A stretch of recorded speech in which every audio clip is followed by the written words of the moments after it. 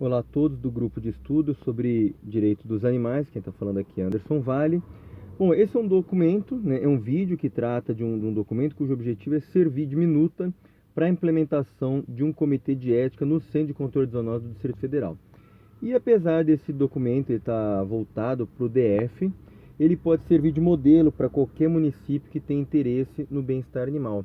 Então vocês fiquem à vontade, tá, em estar divulgando essa minuta para que quem tiver interesse que esteja levando, né, para a Câmara Legislativa, para o Ministério Público, até mesmo para o CCZ, para a Secretaria de Meio Ambiente ou de Saúde, né, depende onde que o órgão está ligado em cada estado, mas as outras pessoas podem fazer bom uso desse documento. Então, nossa primeira pergunta é: para que criar um comitê de ética dentro de um centro de controle de zoonoses? Bom, a resposta ela deve ser vista a partir de dois ângulos. O primeiro é a proteção aos animais, né? E em segundo seria a proteção aos funcionários do Centro de Controle de Zoonoses. Bom, a proteção aos animais é facilmente percebida pela sociedade, né? Principalmente quando ainda temos locais, órgãos públicos que matam os animais à paulada, por exemplo, né? O que não é algo raro aqui no nosso país, tá? Mas quando a gente fala da proteção aos funcionários, né? Aí é necessário um entendimento um pouco mais abrangente.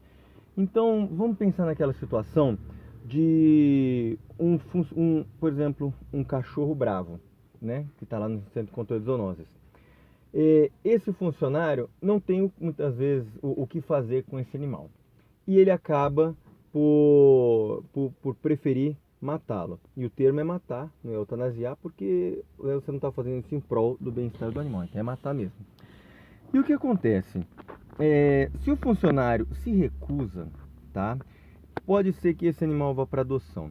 Esse animal indo para adoção, se esse animal machuca alguém, isso pode se voltar contra o funcionário. Ah, por que você liberou para a sociedade um animal que tinha risco? Né? Ele não tinha risco à saúde pública de ninguém, mas era um animal perigoso. Então, o funcionário muitas vezes ele prefere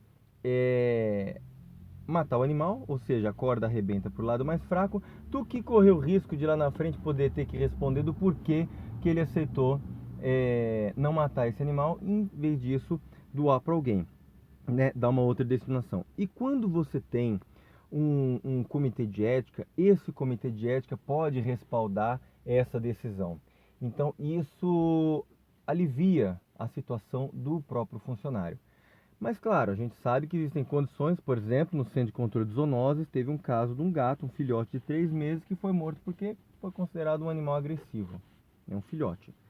Então, justamente por isso, é importante você ter o comitê de ética, tanto para o lado da proteção dos animais, para que ele possa servir aí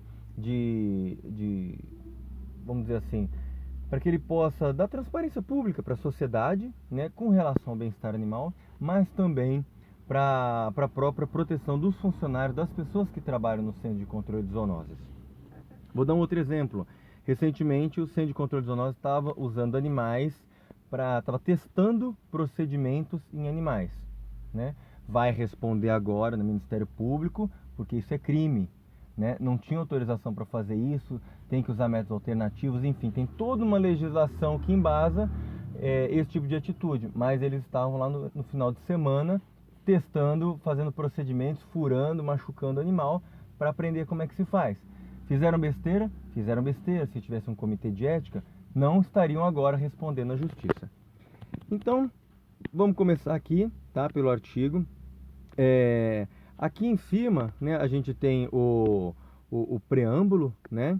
Então, aqui o que eu fiz? Aqui a gente citou algumas das legislações que tratam da questão do direito dos animais. Então, a princípio, o artigo 225 da Constituição, né, que ele fala que os animais são bens tutelados que os animais são tutelados pelo Estado, ou seja, os animais são protegidos pelo Estado, né? Então, o bem-estar animal, ele assume uma característica de um direito coletivo. A sociedade tem o direito, né, ao bem-estar animal. né? Alguns juristas entendem que os animais são sim sujeitos de direitos, teriam o direito a não serem vítimas de maus tratos, outros não entendem. Isso não importa, a Constituição respalda. Nós temos também a Lei 9.605, que lá no artigo 32 dela fala que é proibido maltratar animal. E a gente tem também, no caso do Distrito Federal, a Lei 4060, que apesar de ser a Lei 4060, que apesar de ser uma lei que ela simplesmente copiou o texto do Decreto-Lei 24.645 lá de 34, mas ela assim, ela é horrível, essa legislação, mas ela serve pelo menos para tipificar algumas condições, algumas situações de maus tratos. E nesse ponto, os municípios que não têm uma legislação que diga o que é maltratar animal, eles padecem da conhecida boa ou má vontade do policial. O policial chega na situação, vê o cachorro ali. O cachorro pode não estar no estado mais lamentável que seja, mas o ato passa a ser discricionário, ou seja, o policial é que vai decidir se aquela é uma situação de maus tratos ou não. Muitas vezes o policial ainda tem a pachorra aí de solicitar uma manifestação de um veterinário, de um biólogo, mas na maioria das vezes ele vai ali, né, se tiver faltando água ou comida, ele dá uma prensa, mas também não leva isso mais a sério, entendeu? Não sei que realmente existe uma pressão da sociedade. Quem trabalha com a polícia nesse campo sabe exatamente do que eu estou falando, né? Lembrando que eu sou instrutor da Polícia Ambiental no Distrito Federal. Então, não é nenhuma novidade que isso aconteça em vários locais. A Polícia Ambiental do Distrito Federal, ela tem um nível diferenciado da polícia do restante do país, tá? É bom também deixar até claro isso aqui. Mas em vários lugares a gente sempre se defronta com esse tipo de situação. Então vamos lá agora para o estudo da nossa minuta aqui para um comitê de ética, né, para um projeto de implementação de um comitê de ética.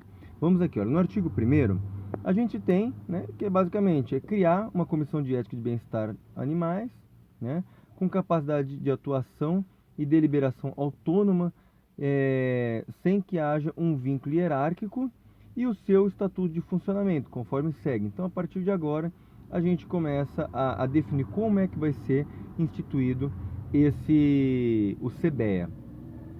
Então, no artigo 2º, a gente faz algumas definições, tá? Eu vou passar por essas definições aqui. Acho importante a gente ressaltar aqui, que fica definido aqui, o que é bem-estar animal. Definir o que é bem-estar animal é importante porque é o seguinte, quando você fala de bem-estar animal, você consegue dizer assim, ó, esse animal está ele tem o bem-estar diminuído ou ele tem o bem-estar aumentado. Já quando você fala de maus tratos, né, o maus tratos ele não tem essa característica de você dizer assim, o animal está mais maltratado ou está menos maltratado. Porque afinal de contas, maltratar já é crime. Então, você fazer essa graduação, ela não interfere na própria tipificação, né? Ou seja, ela não interfere na conduta criminosa. Se tiver maus tratos, é maus tratos. Não tem pouco maus tratos ou muito maus tratos. Então, por isso é importante você ter essa definição de bem-estar animal. Então, como bem-estar animal, né? Só voltando aqui, desculpa. A gente coloca que devem ser cumpridas as necessidades físicas dos animais, né? Ou seja, aquelas que interferem nas condições anatômicas e fisiológicas das espécies, né? Como a necessidade de movimento, a necessidade de exercício, as suas necessidades nutricionais, né? Então, se você pensa o seguinte, o animal ele não consegue se movimentar, né? Por exemplo, um passarinho, ele está numa gaiola. A gaiola é muito pequena, ele não consegue se movimentar. Você pode dizer que ele tem o bem-estar dele diminuído por conta do tamanho daquela gaiola. Nós temos ali condições inadequadas, né? Maus tratos. Então é muito importante isso. Alguns protetores dos animais que não têm a noção de como que funciona o trabalho da polícia acham que não se deve tipificar maus tratos, ou seja, definir todas as situações que podem ser entendidas como maus tratos, porque você perde situações na quais você pode incluir, né, um determinado fato. Então, por exemplo, eu faço uma legislação onde eu não digo que não colocar água para o animal é maus tratos. Se não tiver isso claramente na lei, tem alguns protetores que entendem que não seria feito o devido enquadramento pelo policial, né? Enquanto você deixa aberto, o policial pode agir de maneira discricionária. É verdade. Só que o que acontece é que a polícia, de modo geral, não age. Então, se você não tem exatamente falando ali, olha, que não colocar água para o animal é maus tratos, entendeu? O policial não entende isso. Ele não faz essa leitura mais ampla. O que ele vai solicitar é um parecer de um biólogo, de um veterinário, e geralmente, até que você consiga localizar um veterinário, um biólogo, para poder ajudar o policial, a situação de maus tratos já está, digamos assim, já está mais do que instalada.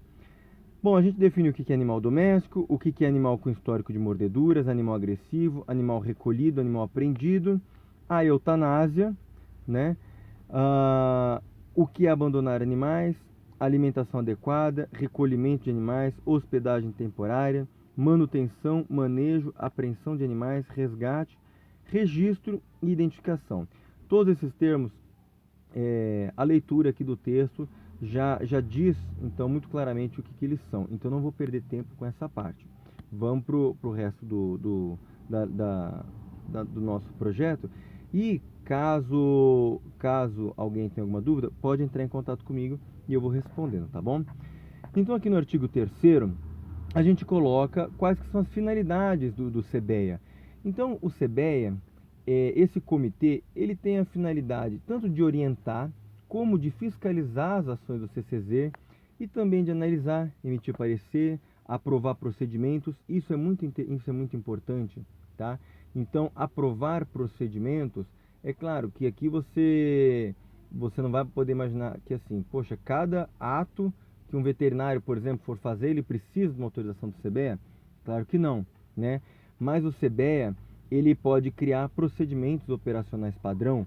Então, ele pode dizer o seguinte: o animal que chega nessa situação pode ser eutanasiado. Beleza, entendeu? E isso passou pelo comitê, ele teve esse entendimento. Agora, ele pode não ter esse entendimento também, né? Mas exatamente por isso que você precisa que, olha, né, que ele aprove procedimentos. Isso resguarda o funcionário, isso resguarda o servidor do CCZ e também da transparência pública para as ações. Também denunciar, né, e da transparência pública as atividades envolvidas pelo Centro de Controle de Zoonoses que possam atingir direta ou indiretamente o bem-estar ou a vida dos animais. Quando eu falo atingir diretamente, por exemplo, solicitamos autorização para... Queremos que seja avaliado o projeto onde nós vamos usar tantos animais para um tipo de experimentação científica. Isso atinge diretamente. Queremos a aprovação do CBEA por exemplo, no caso de um contrato, né, um contrato de alimentação. Esse contrato de alimentação, ele atinge indiretamente os animais? Atinge. Então, ou seja, o CBEA pode dar um parecer referente a esse tipo de contrato. Por exemplo, no Distrito Federal, não existe contrato de medicamentos, né? Se tivesse um comitê de ética, esse comitê de ética poderia se manifestar pela existência de contrato de medicamentos, considerando, por exemplo, que os animais devem ser tutelados pelo Estado, conforme diz a Constituição Federal no artigo 225. Então, se é obrigação do Estado cuidar dos animais, né, então é a obrigação do Estado ter contrato de medicamento para tratar esses animais caso aconteça alguma enfermidade enquanto estejam ali na sua posse, tá? Então isso atinge indiretamente os animais. Bom, no artigo 4º, né, o CBEA deverá atuar de forma proativa na promoção do bem-estar dos animais. No 5º, ele deve dar transparência pública de seus atos e qualquer irregularidade, isso é importante, né?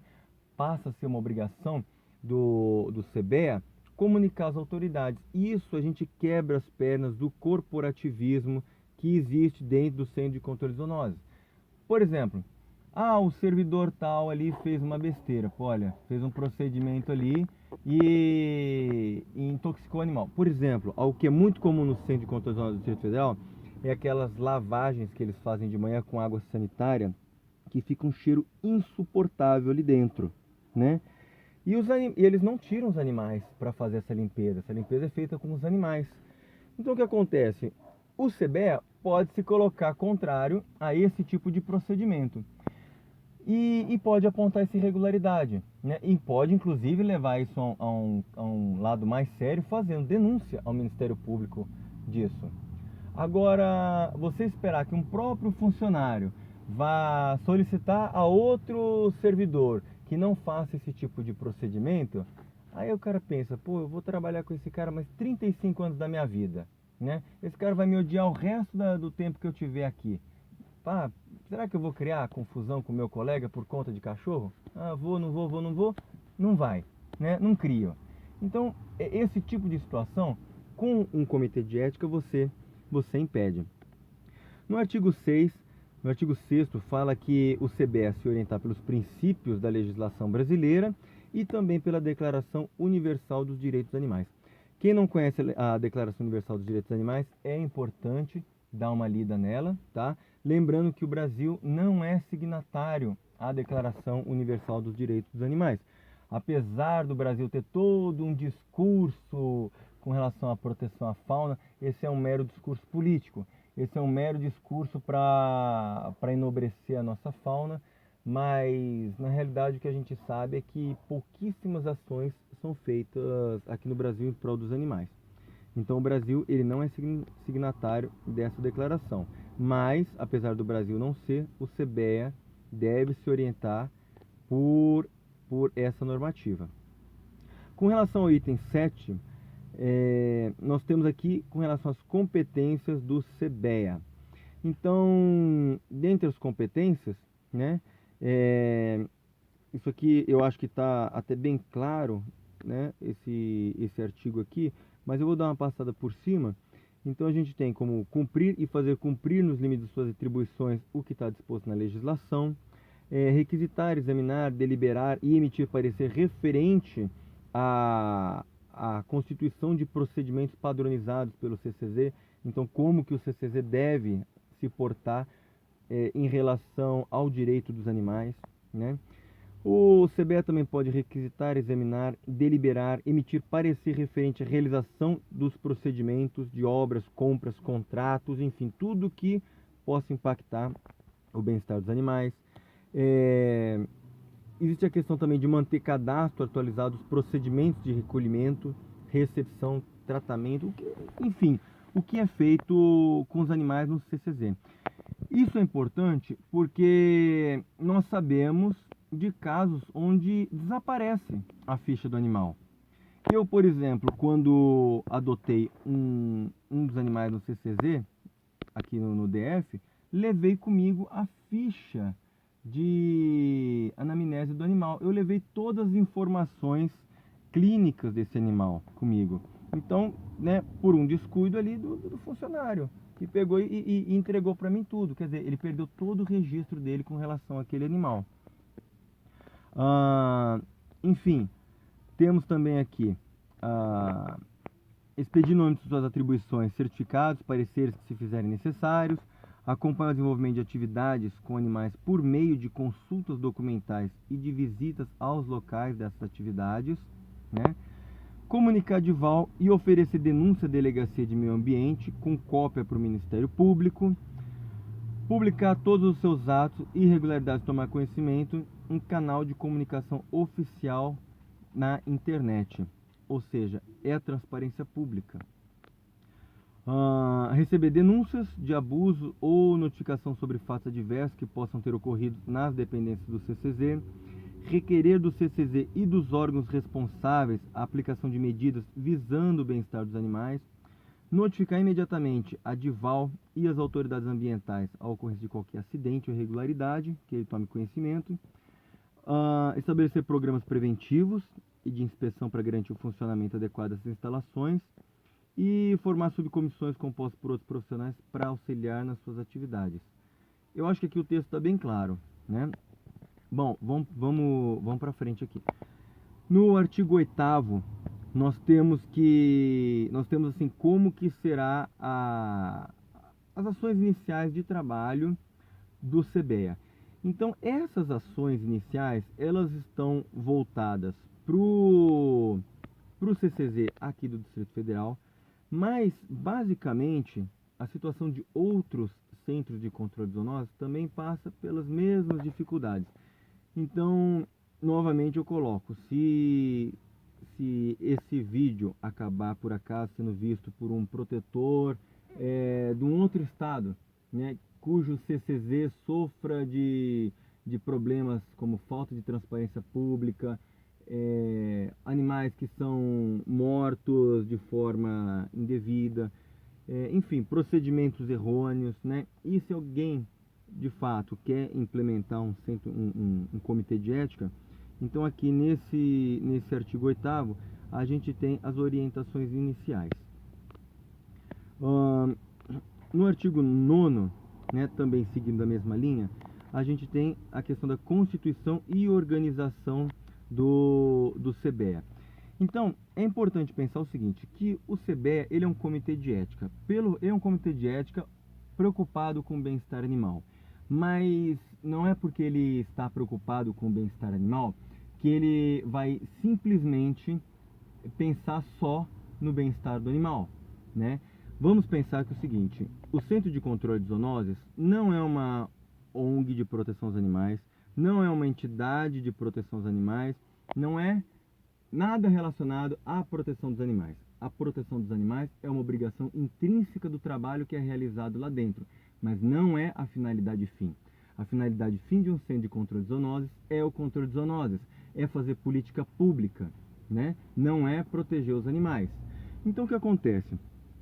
A constituição dos membros que fazem parte desse comitê de ética deve ser composta por pessoas capacitadas na prática de bem-estar animal, preocupadas com os animais, então pessoas de ONGs, né? Também profissionais que trabalham com questões de zoonose. Então a gente tem aqui no parágrafo 1º, serão membros titulares um médico veterinário legalmente habilitado e também um servidor com formação em vigilância epidemiológica ou área fim, e que sejam designados pelo diretor da Diretoria de Vigilância Ambiental, da Diretoria de Vigilância e Saúde, enfim, né? Cada município tem uma secretaria que está vinculado, o CCZ, não importa. Mas esse daqui, nesse parágrafo 1º, a gente tem a representação do Estado e das pessoas preocupadas nas questões sanitárias, tá? No parágrafo 2º, nós temos, sim, a representatividade dos protetores dos animais. E no artigo 2º também, nós temos membros da sociedade civil, tá? Todos elegíveis a partir de votação aberta à sociedade civil. Por que 2 membros da sociedade civil? Porque a gente entende que quando você busca esses membros na sociedade civil, sejam pessoas que possam ponderar entre a importância da proteção aos animais, mas também entre a importância de você poder fazer políticas públicas voltadas para a questão da saúde, e que essas políticas públicas às vezes não coincidem com a proteção aos animais. Então, por exemplo, o animal que está com raiva, ele quer morrer? Não, ele não quer morrer, mas é política pública, é legislação que esse animal vai ser abatido, esse animal vai ser morto, tá? Então, não adianta a Sociedade Protetora dos Animais se manifestar contra um fato que já está bem estabelecido na legislação, tá? Vai ser inócuo. Bom, no artigo 3º, né, o CBEA, ele pode convidar outros especialistas, né, para situações específicas. O coordenador indicará um membro para ser o vice-coordenador e outro para ser secretário do CBEA, sendo o secretário sem direito a voto e o vice-coordenador votante apenas na ausência do coordenador titular. E o coordenador tem como função expor as decisões dos membros titulares junto ao CCZ e à sociedade. Bom, o artigo 10, né, o prazo de reunião do CBE. E a gente tem aqui agora um capítulo sobre as penalidades. É claro que o CBE, por ser só um comitê, ele não pode, enfim, ele não pode dar multas aos funcionários, aos servidores, né? Mas você, nesse capítulo aqui, a gente coloca a questão assim, das responsabilidades, quem tem a responsabilidade por fazer os julgamentos, né? Quem que deve ser comunicado no caso de infrações, tá? Também com relação às decisões, né, que sejam proferidas, como que funcionará a questão de recurso, né, ou não. Porque acontece, a partir do momento que o CBEA percebe que existe uma infração, ele pode julgar ali dentro antes de fazer o encaminhamento ao Ministério Público. Então ele pode receber o recurso da pessoa, ele pode, enfim, fazer uma pré-análise antes de oferecer essa denúncia, a queixa de crime, tá? Então é mais ou menos nesse sentido que esses dois artigos estão estruturados, tá?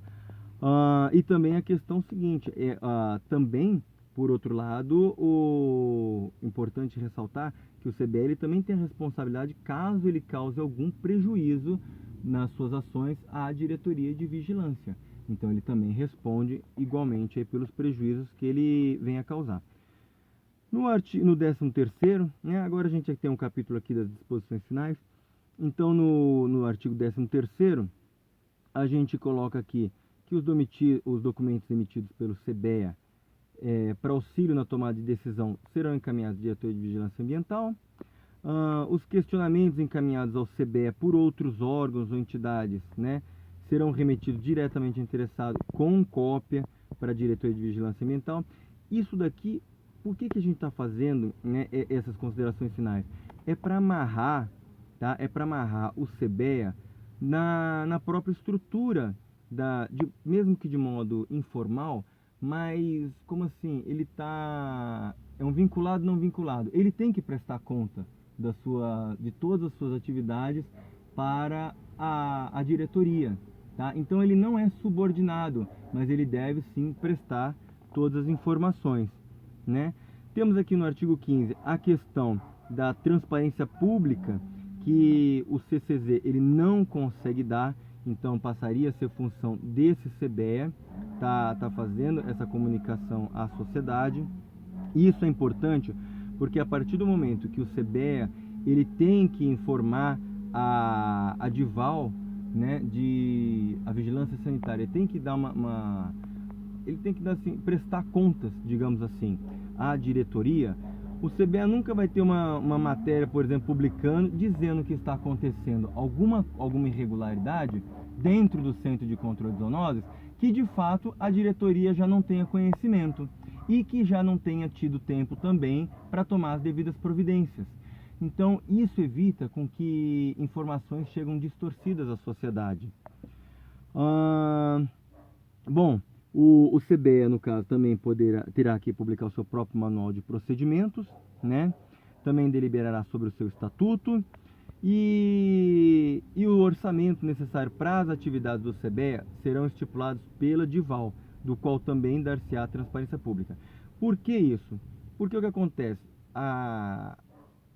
O interesse não é criar ônus para o Estado. Se o Estado, né, é o próprio Estado, é a própria diretoria que vai dizer o quanto de recurso ela tem para poder estar apoiando as ações do CBEA. Então, é claro, isso cria uma restrição aqui do fato de que a própria diretoria pode cercear as ações desse comitê de ética, né? Mas ela não vai ter esse interesse.